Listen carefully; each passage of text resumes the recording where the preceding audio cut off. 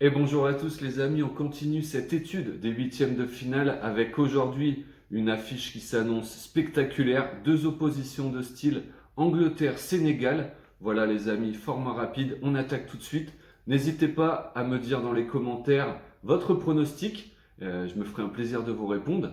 Allez, c'est parti pour cette Angleterre-Sénégal, on y va.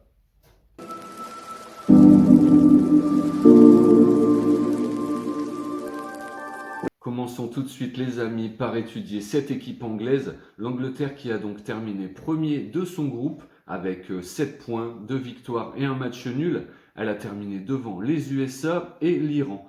C'est une équipe qui d'ailleurs a commencé sa campagne de groupe par une victoire très spectaculaire en gagnant 6-2 contre l'équipe iranienne.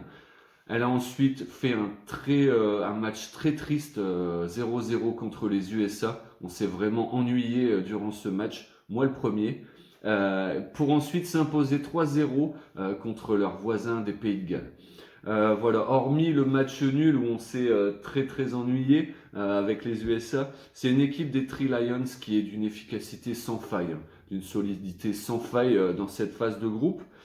C'est une équipe qui fait encore clairement partie des favoris pour cette Coupe du Monde, très clairement, et qui sera portée par un Marcus Rashford vraiment décisif. Il a déjà inscrit 3 buts dans cette phase de groupe.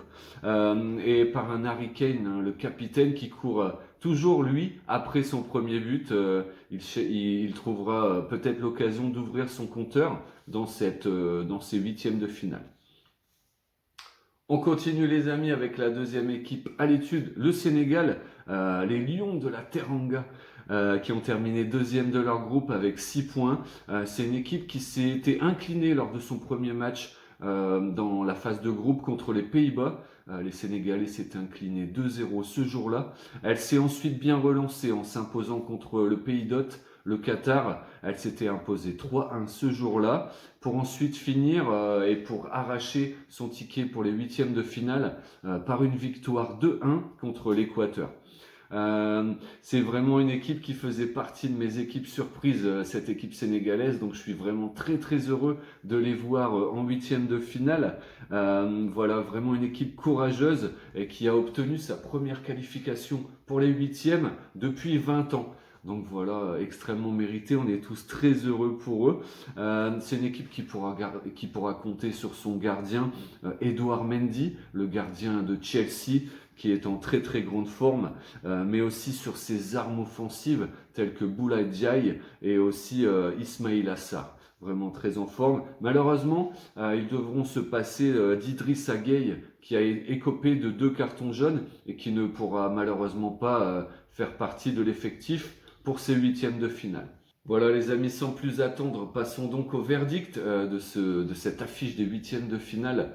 J'ai décidé, malgré mon immense coup de cœur pour les Lions de la Teranga, j'ai décidé de placer en tête l'Angleterre. L'Angleterre qui présente pour moi beaucoup plus d'atouts, beaucoup plus de garanties dans cette affiche des huitièmes de finale. Ça va être un match vraiment spectaculaire, vraiment une des plus belles affiches des huitièmes pour moi, je pense.